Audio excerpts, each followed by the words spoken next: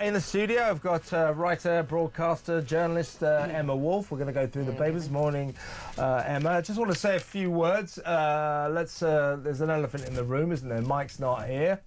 Mike Graham is still on leave while a Facebook post posted on his Facebook page is being investigated. Until then, until the conclusion of that investigation, you've got to understand, we just have to wait.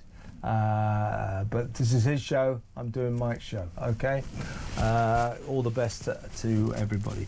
Right, well, let's clear the air. You got that, okay? So let's do the best show we can and let's get started. Well, Emma, let's do the papers. We're going to go through the papers, of course, first. I'm going to do that.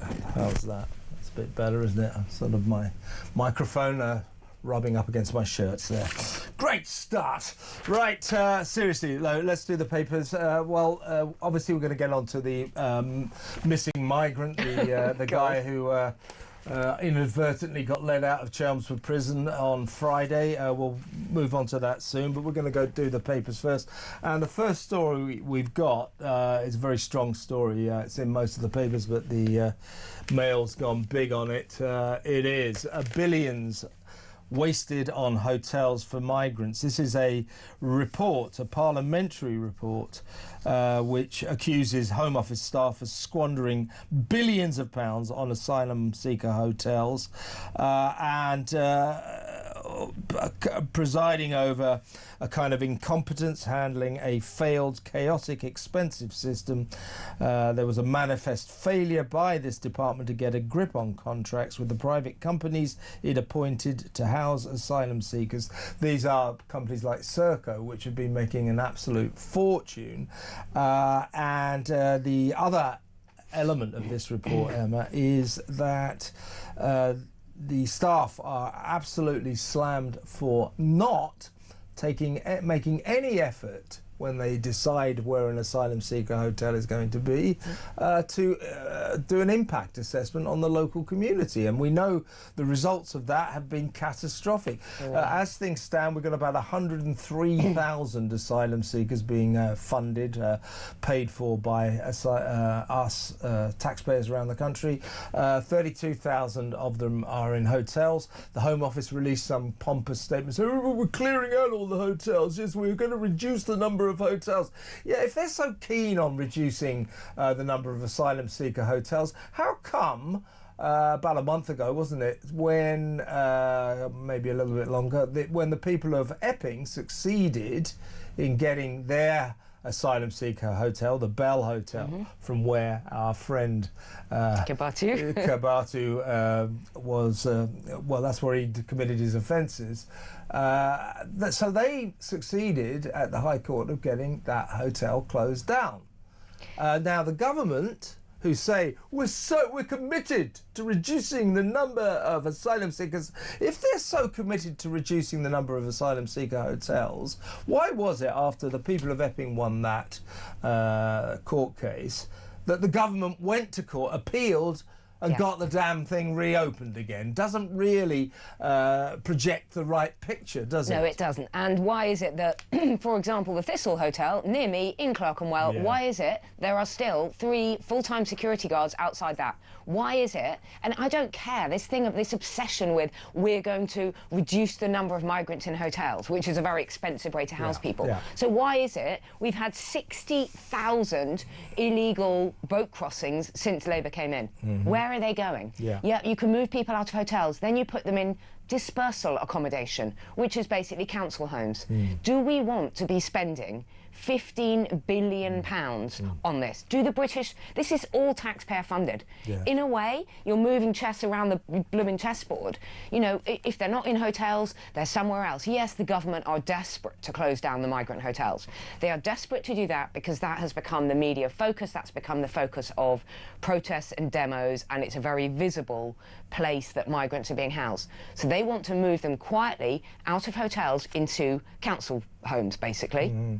Well, people don't want them in this country. Why are they not processing people and getting rid of people who have crossed illegally, don't have a valid claim, shouldn't be in this country? Yeah, I mean, we're paying for it whichever way. Exactly right. But you know, this we're going to reduce the number of migrants staying in asylum seeker hotels.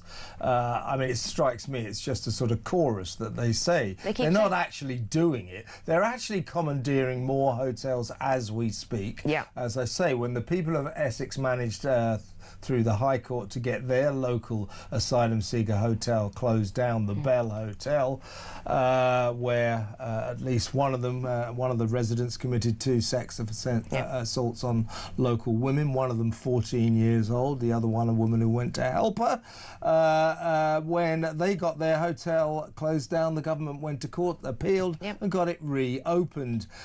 So they're saying they want to reduce the number of asylum seeker hotels, but in reality they're commandeering more, and they show no signs of actually genuinely being committed to that course of action. And as you say, they keep on coming in, legally and illegally. We have to put them somewhere, I suppose, and the hotels will continue. In the end, though, Emma, as you're indicating, you know, hotels or what do they call them? Houses of multiple occupation. Yeah, HMOs, dispersal, wherever. Yeah, in the end. In the end, we're paying for it all. Yeah, and we don't have 15 billion to pay for this. But the government, though, I agree with you totally. The costs are off the scale. The government seems to have taken the position that as long as they can get these asylum seekers out of hotels and into houses of multiple occupation, in other words, next to you on your street, that then we'll go, oh, well, now you've got them out of the hotels, no problem. No. We don't really want them anywhere. That's the thing. And you know, I know that doesn't sound right, but the thing is, for someone like Clerkenwell, the Barbican, that area, where I'm talking about, it has had a profound, you talk about the impact on local communities, it's had a profound impact on kids playing out, on young girls playing out in the paddling pool in the park nearby, on people, on younger women, on women walking home at night, on the local businesses, the local areas, the local pizza place, which says we don't want people, hundreds and hundreds of Deliveroo bikes strewn all over the street from these guys who are coming over, and I'm afraid, working illegally. You know, it doesn't suddenly appear. You don't suddenly have 200 Deliveroo bikes strewn outside this hotel. Permanent security staff outside this hotel. And yeah, the government wants to do it quietly. If I was a hotel owner, you know, it's obviously a very lucrative way. The Bell obviously made the calculation. I don't think any tourist will ever stay there again, but they've obviously made some kind of calculation that it's lucrative for them to take on one of these contracts, one of these government contracts, where you can absolutely rinse the taxpayer £145 a night. I'm wondering whether it might be a good option for Fergie and Andrew, actually, as you say. £145 a night give them to keep them in a hotel. House of multiple occupation. How about so it cost us 6 times more to put a migrant in a hotel per night than it does in the cost of rented housing. But actually, Kevin, we're not dealing with the problem, which is we don't need hundreds of thousands of people coming to this country and putting them up at the taxpayer's expense. We don't have that money. All we ever hear about is the black hole. Yeah, I mean, the fact that we seem to you know, just keep letting people in, keep letting them cross the channel illegally, I mean, I suppose does give us some responsibility to put them somewhere. But what the people of this country... No, that's the responsibility of Shabana Mahmood and Yvette Cooper and everybody in charge of the Home Office who have absolutely failed. Yeah, I mean, I guess they've got to put them somewhere, but what the people want is for them to stop coming. You know, we want the drawbridge pulled up. This is getting ridiculous. Yeah, you're right. Of course it's Shabana Mahmood, Yvette Cooper, all the Tories. I mean, this is getting worse and worse and worse. We are now at the point where we're dealing with, 15 years of absolute governmental dysfunctional disaster on this entire issue. And the government, the country, people's anger is actually at breaking point. It's not good for community relations. It's not good for everyone to be slamming each other as racist and xenophobic and this and that and the other. It's not good for us to be growing up in a country where we feel anger and rage and people aren't integrating. You know, it's not a healthy place to be in any way. It's not economically healthy. How much longer is it going to go on? Yeah. So this is the cross-party Home Affairs Committee report on the mismanagement of our asylum seeker hotel system. And I think that whilst, what they're talking about, these are the people, what this is about is these sucker civil servants who work at the Home Office, signing 10-year contracts, probably never worked in the private sector, and these people from Serco, these private sector people who are taking these contracts to accommodate migrants, are running rings around these Home Office idiots.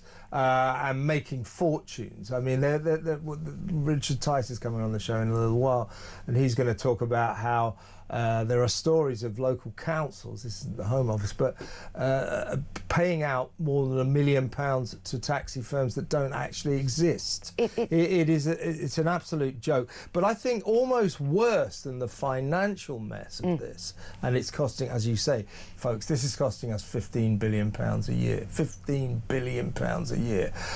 Most of that money, or great swathes of that money, I don't think we need to be spending, but we've got these idiots at the Home Office who just get mesmerised by private sector sharks who make anyway. But I think worse than that, Emma, is the fact that this report slams the Home Office for making no effort to do impact assessments of the effect of an asylum seeker hotel on a local community. So in other words, they take the Bell Hotel in the middle of a fairly small ruralish town to the north of London called Epping, but they don't do any research as to what effect that hotel, hundreds of asylum seekers suddenly living in their midst, mostly young men milling around the streets. They have been doing and continue to do no research into the effect that will have on the local community, and that's why we're looking at this ongoing catastrophe. And that's why we've been having this wave all over the summer. We've been having this wave of anti-migrant, anti-hotel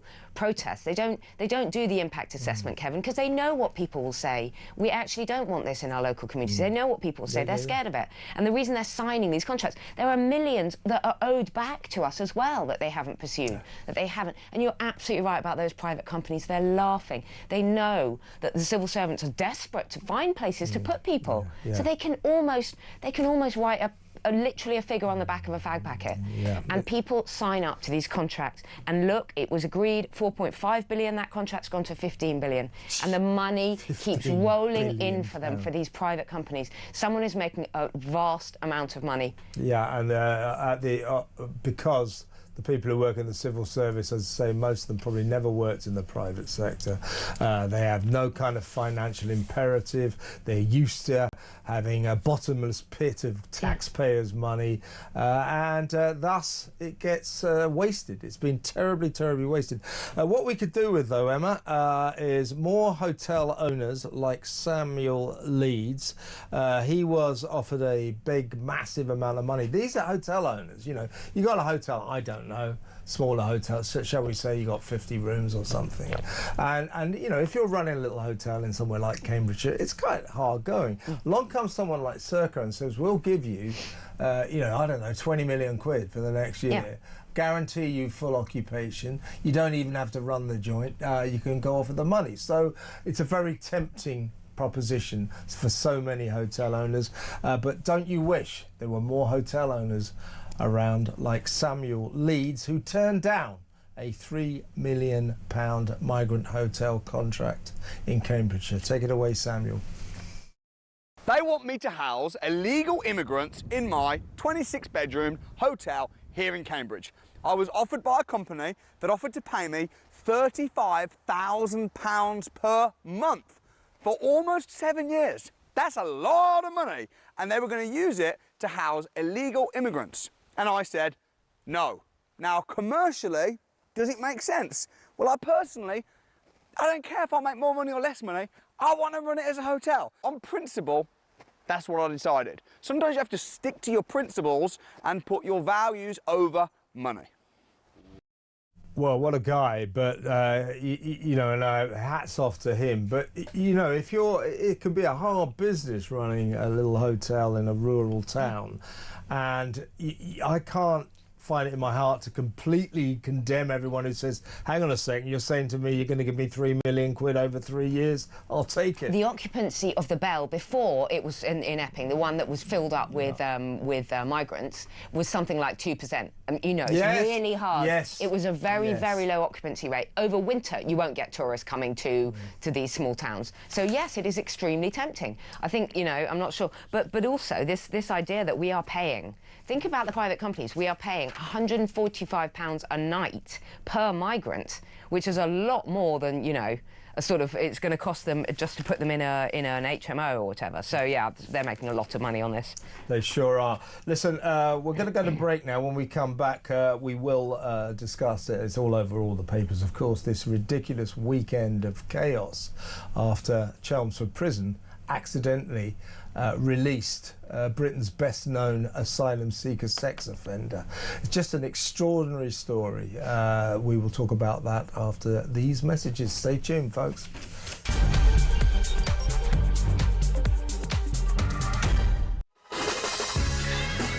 Welcome back. I'm Kevin O'Sullivan in for Mike Graham. I'm with Emma Woolf, and we are going through the papers. Well, Emma, it is now time to talk about our Ethiopian friend, who Hadush Kebatu. He was in the middle of, well, he was just at the beginning of a year-long sentence for 2 sexual assaults in Epping at the Bell Hotel, the now notorious, if you like, Bell Hotel. He was in the process of groping a poor little 14-year-old girl when the local lady stepped in to try and help her, and he groped her too. So he got a year. A lot of people saying, why did he only get a year when some of the people protesting about his crime got 2 years? What is that all about? Two-tier justice yet again. We're looking at him now visiting a local library. It's Dalston, That's Dalston Library. What was he doing in the damn library trying to get some reading I tell you material? what he's going. I'll tell you where that is, Kevin. Yeah. I was there on Saturday. Saturday? Yeah. With my 5-year-old making blooming Halloween masks. That is the steps that lead up to the children's library, by the way. Oh, my God. Yes. You see, and but every single person who sees that went, that is Dalston Library. Well, Emma, that brings it into sharp focus. That's what the catastrophe really revolves around. Not only was this guy let out in absurd circumstances by an utter mistake, he's a very serious sex offender. He's a danger to women and children. You're telling me now he's on his way up to the children's section of Dalston Library. That's what they did to this country. They made it less safe for 3 dangerous days. But the story on Friday of how he got released was just absurd. I mean, basically, they, to his great confusion, on Friday morning, they said, right, Hammett, Hadush, you're out of here, you're being released. And he's going, what? They kicked him out of the jail. He didn't know what the hell to do. He milled around outside the prison for 90 minutes, an hour and a half, and he kept going back in to the, saying, excuse me, are you sure, what am I supposed to do? And in the end, one of them said, oh, for God's sake, listen, the station is just down the road, it's on the left, here's 76 quid, off you go. So they sort of forced him in a wave of confusion out into the world, and then he spent 44 hours wandering around, made his way down to London. Got on a train into Liverpool Street. The images we're seeing on screen, if you're watching, he's standing on Dalston Kingsland, which is a very, very busy thoroughfare. That is on Saturday. He's hanging around, he's chatting to members of the public. He's got a bag full of new clothes, because when he was captured that's his prison Sunday, he's wearing his prison garb, but he's got a bag full of new clothes, which he later, in true Dalston Hackney fashion, got an avocado tote bag to put in. Marvellous. He's standing, talking to people walking around, and this was during a manhunt. Kevin, this was during a manhunt, so no police noticed this. No police were out to see this man. He then bought clothes, because when he was taken on Sunday morning, jeans and a black jacket, he was wearing new jeans, a new black hoodie, and a new top. So he was presumably in a clothes shop trying things on. I mean, this really was not safe for the public. Yeah, so far, one prison officer, one member of staff at Chelmsford Jail has been suspended. What about the governor? I think his name is Mark Howard. What about him? Shouldn't he be sacked? What about David Lammy, the Justice Secretary, the Minister in charge? Shouldn't he be sacked? What about James Timpson, the Prison Minister? Shouldn't he be sacked? One of the malaises in this country right now is there's never any accountability. No matter what goes wrong, nobody gets sacked. Have a look at some of the civil servants in charge of the Home Office that we've just been talking about, most of whom were earning £450,000, and when they left the Home Office in a state of disarray, total mess, were given huge bonuses, payoffs. It's a joke. No accountability. You tend to get rewarded for mistakes in this country. Since Hadush Kebatu finally, yesterday morning at 8:30, standing in a bus stop, you couldn't make this stuff up, could you? In Finsbury Park in North London, two women walked by and spotted him, and they called the police. The police came and arrested him. Bang, end of story. Police ever since, and Lammy, sort of congratulating themselves. What a fantastic job they've done. A guy called James Conway, who was Commander James Conway, talking about the diligent police operation. They got a lucky phone call. As you said, Emma, look at him on Saturday morning. Where are the cops there? Here's David Lammy turning this absolute disaster into something like a triumph. Listen to that. Well, I wanted to come down here to Wood Green Station to thank the officers. It's my constituency area, to thank them for apprehending Kebatu so fantastically, really, following the public responding to the appeal, calling it in, and officers arresting him and getting him back into custody so he can be deported this week. I'm very grateful to them, to British Transport Police, for Essex Police, the Metropolitan Police, for all that they have done over this last 48 hours. And as you know, this was totally unacceptable. I will be making a statement in Parliament tomorrow. There will be a further and full investigation into how this happened. You say he will be deported. There is a flight tonight from Heathrow to Addis Ababa at 8:15 p.m. Will he be on that flight? And if not, why not? It's right that he's questioned by the police following his route from Essex into London, and then, of course, 48 hours in which he has been basically around. It's right that we get to the bottom of what's happened over the course of those 48 hours, but I can assure you that he will be deported as he was expected to be deported. I expect that to happen this week. I'll tell you what's right, what would be right, Lammy, is you get sacked. I mean, what would this... Oh, I'm going to thank you to the police and the marvellous operation. Come on. Come on, this is a catastrophe. This is a shambles. It's an excruciating embarrassment. And they're going, oh, very good police operation. No, it wasn't. No, it wasn't. They got a phone call yesterday morning. Two diligent, decent citizens. Hello, we've seen this guy's at a bus stop. Oh, thanks very much. They come down and arrest him. Now they're busy backing, slapping their own backs about how wonderful it is. How about sacking Lammy? How about Absolutely. that? How about answering some questions and not blaming the Tories for this? This happened on Friday. Lammy was actually blaming the Tories. This happened on Friday. This man, not only, as you say, Kev... Did he blame the Tories? Not only...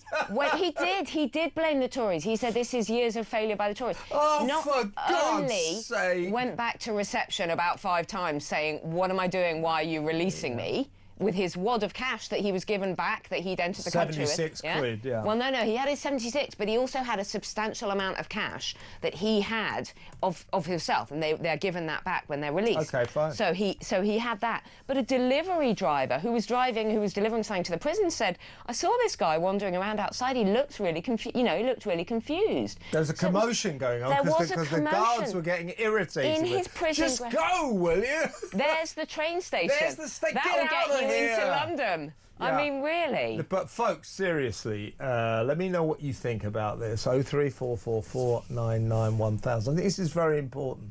This is about accountability. More and more in this country, people don't take the blame for their mistakes. No one is punished, and we just move on, particularly in the public sector. Now, if we don't have accountability, if people are not punished for their mistakes, they'll make them again and again and again. That's the whole idea. So, I mean, I feel sorry for this prison officer and I feel sorry for the other ones who are going to get in trouble, but they've made an unacceptable mistake.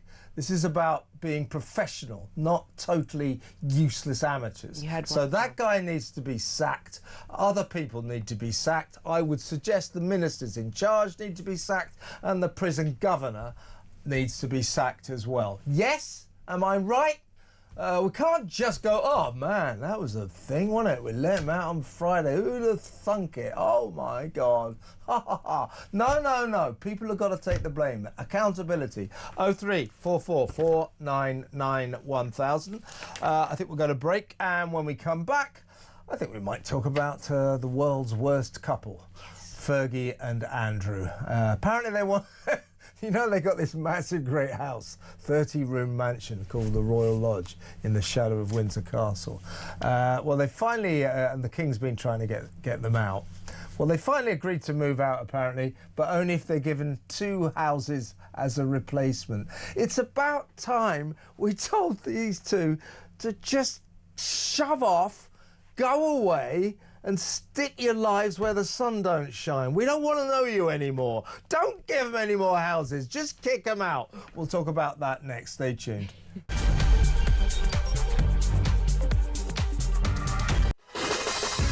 Welcome back. I'm Kevin O'Sullivan, and I'm still with a writer, journalist and broadcaster, Emma Woolf. We're going through the papers. I've got lots of texts coming in already. Thank you so much.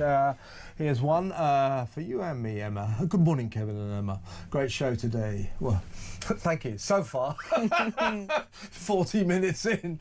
But thank you very much, Michelle and Altrincham. She says, where is the photo recognition van everyone's talking about? If it had been in use, they'd have caught him straight away. You honestly couldn't make it up. That's true. They go on about this facial recognition technology. Well, you said there he was in the middle of crowded Dalston on Saturday morning, chatting away to a lovely day with his prison bag full of stuff, and it's unbelievable. Grey tracksuit, probably says Chelmsford Prison down the side. Hey, Commander James Conway and you, Lammy. Commander James, this has been a very diligent police operation. No, Commander James Conway, take a look at yourself.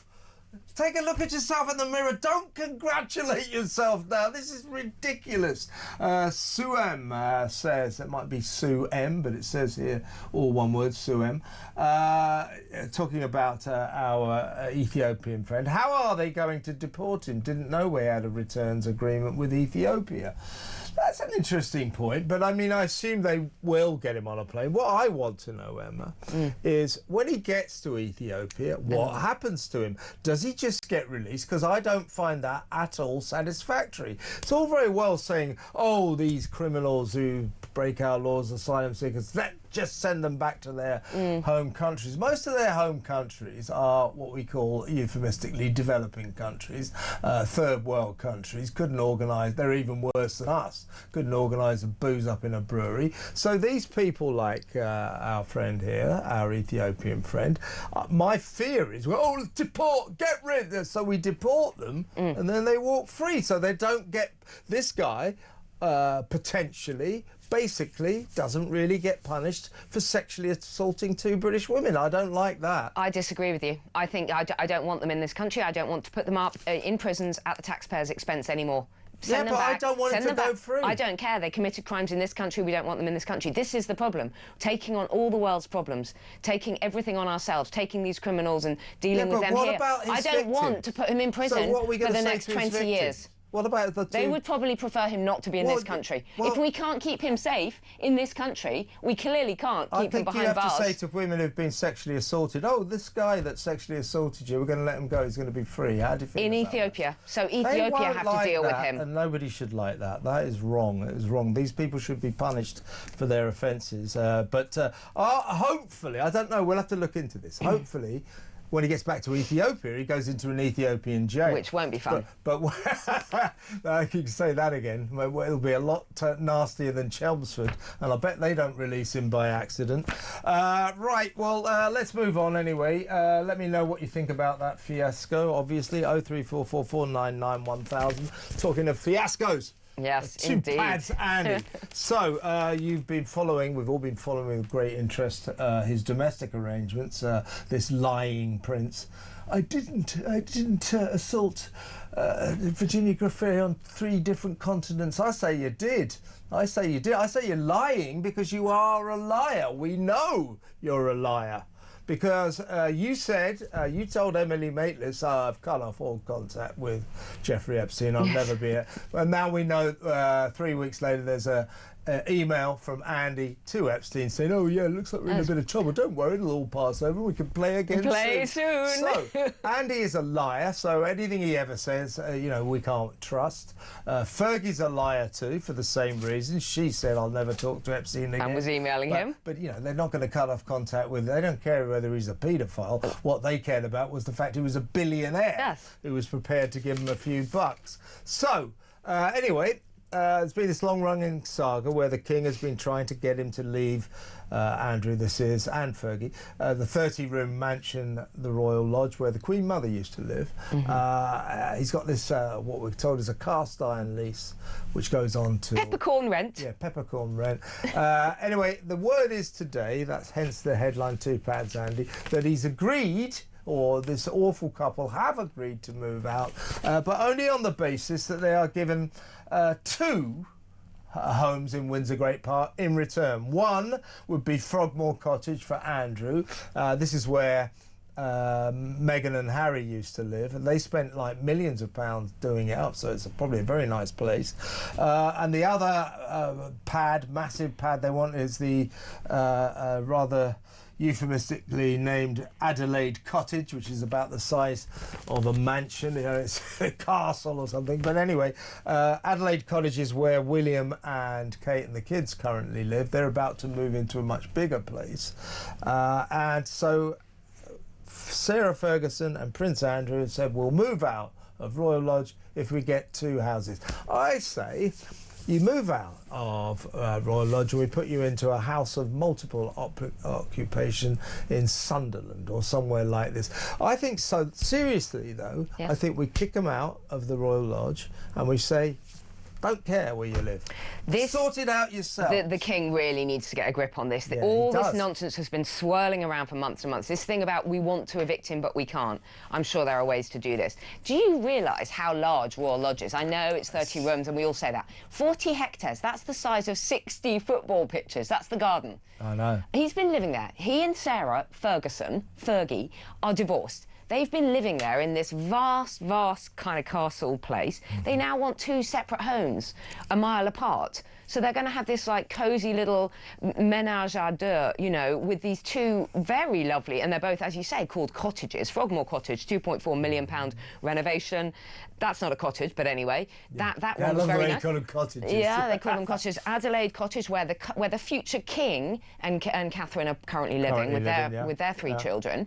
The Frogmore was a present to Harry and Meghan. They got annoyed and left for California after all that. But I mean, who does Andrew think he is? Yeah. This man, some might say, should be, you know, behind bars or in Chelmsford Prison or whatever. And now he's calling the terms on this? Yeah.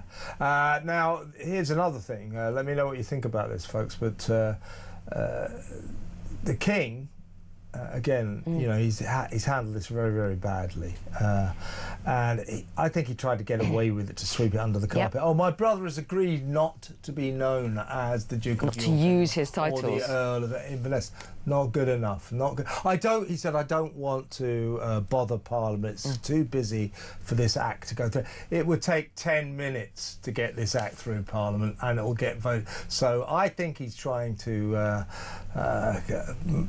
let his brother keep the titles, keep him happy. He allowed Andrew to make the statement when that happened. He shouldn't have done that.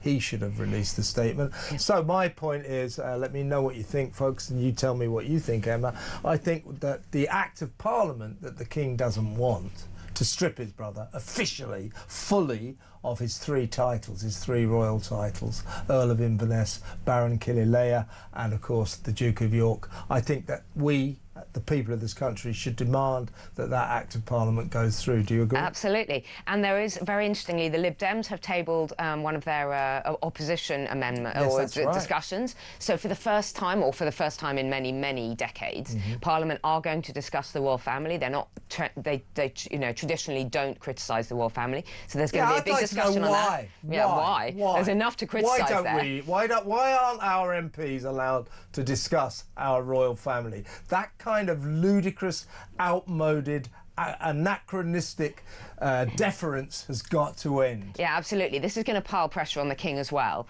But there was a really interesting piece, Kevin, I'm sure you saw it. It was yesterday in the Sunday Times, Roya Nikar, talking about how the late Queen, Queen Elizabeth II, had been too indulgent to her second son. And basically, because of the Queen letting Andrew get away with everything, she left this unexploded bomb for Charles. And I love that. I love the idea that Charles, and he's not really equipped to deal with it. Look how much firmer William has been, because William gets it. William is in his 40s. He gets it that you can't have this Duke of York, his uncle, going around allegedly hanging out with paedophiles. He gets it. That Charles just wants it to go away.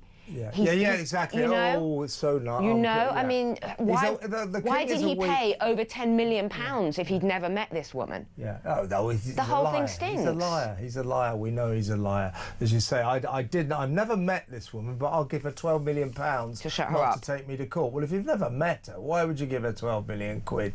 That's an obvious point to make, but I think it's one that we all run through our heads every time we think about Andrew. He's still saying, I dare vehemently deny the allegations against me.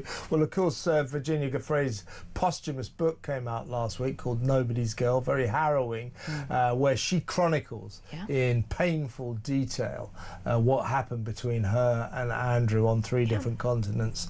I mean, he denies this, I have to say this, but she's putting in details like he was sexually aggressive, obsessed with her feet, and so on and so forth. The details, shall we say, are suspiciously intimate, if you know what I'm saying.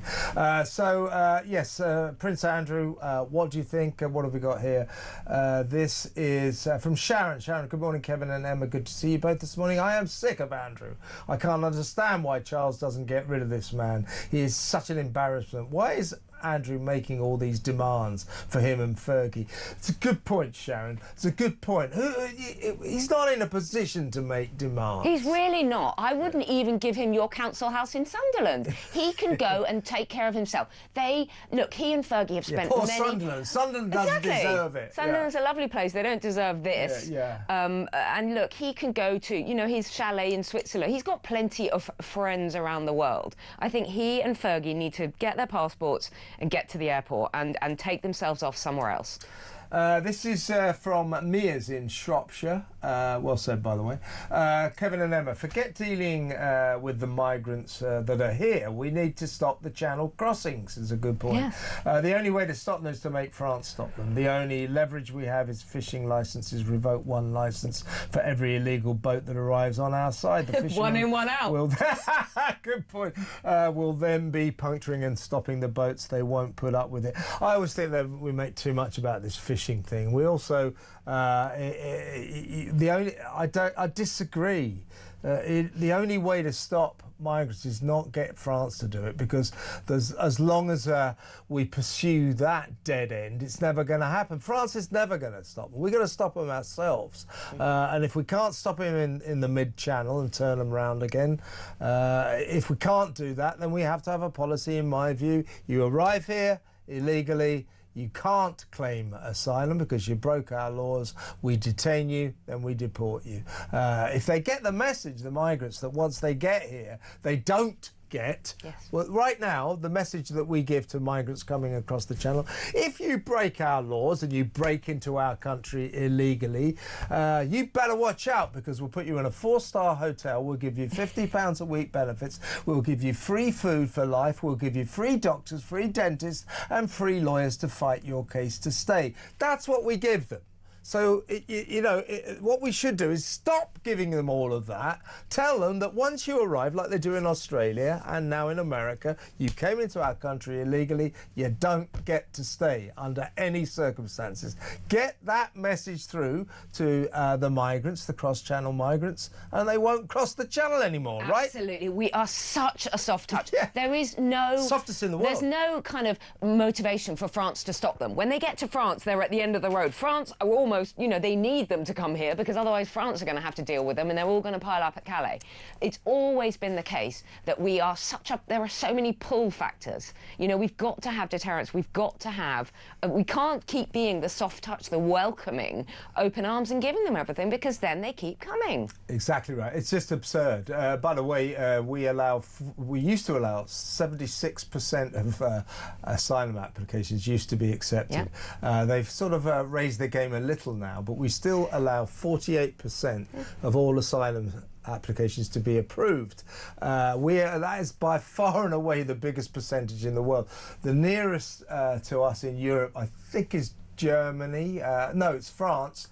They allow about 30%, which is very high. But other countries like Germany and Italy and other sort of fairly liberal European countries, you're talking about 5-10% maximum.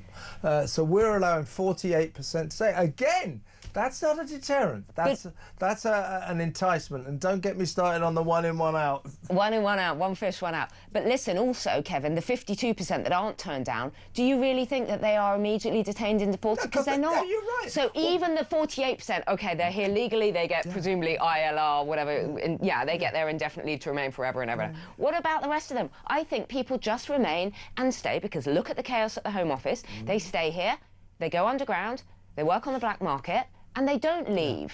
Exactly right. And that's another thing we've got to do something about. Every time you get your asylum seeker application denied, all they do... appeal. They appeal, and they can appeal forever. So every time they have their application denied, they appeal. I've been denied again. They appeal again. They appeal again. They appeal again. We've had stories of people who've appealed 12 times. And each appeal... And then they finally get allowed to stay. And each appeal gets you a couple more years in the country. Yeah, I know, because exactly. The backlog in the courts for all these appeals and all the rubbing their hands human rights lawyers, with the Jolyon guy, the good law guy who, takes on any case, sort of Keir Starmer, but... I mean, it's absolutely ridiculous. You mean the fox killer. Right, let's go to break, and when we come back, we'll carry on going through the papers all the way up to the top of the hour, so stick around.